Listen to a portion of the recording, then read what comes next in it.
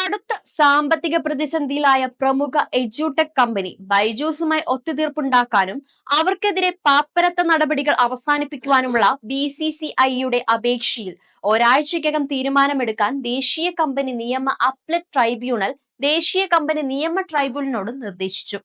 ബൈജൂസിന്റെ കടക്കാരുടെ കമ്മിറ്റിയിൽ ഗ്ലാസ് ട്രസ്റ്റിനെയും ആദിത്യ ബിർള ഫിനാൻസിനെയും വീണ്ടും ഉൾപ്പെടുത്തുവാനുള്ള national company law ട്രൈബ്യൂണലിന്റെ മുൻ ഉത്തരവ് ചോദ്യം ചെയ്ത റിജു രവീന്ദ്രൻ നൽകിയ ഹർജിയിലാണ് NCLATയുടെ രണ്ടംഗ ചെന്നൈ ബെഞ്ചിന്റെ ഉത്തരവ്. ബൈജൂസിന്റെ മുൻ പ്രൊമോട്ടറും ഉടമ ബൈജു രവീന്ദ്രന്റെ സഹോദരനുമാണ് റിജു രവീന്ദ്രൻ. നേരത്തെ ബൈജൂസും BCCIയും തമ്മിലുണ്ടാക്കിയ ഒത്തുതീർപ്പ് കരാർ സുപ്രീം കോടതി റദ്ദാക്കിയിരുന്നു.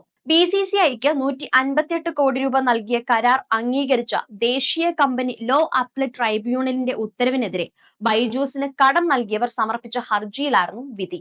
അമേരിക്കയിലെ ഗ്ലാസ് ട്രസ്റ്റ് കമ്പനിയാണ് ബൈജൂസ് BCCIക്ക് 158 കോടി രൂപ നൽകിയത് ചോദ്യം ചെയ്ത് സുപ്രീം കോടതിയെ സമീപിക്കുകയും ചെയ്തിരുന്നു.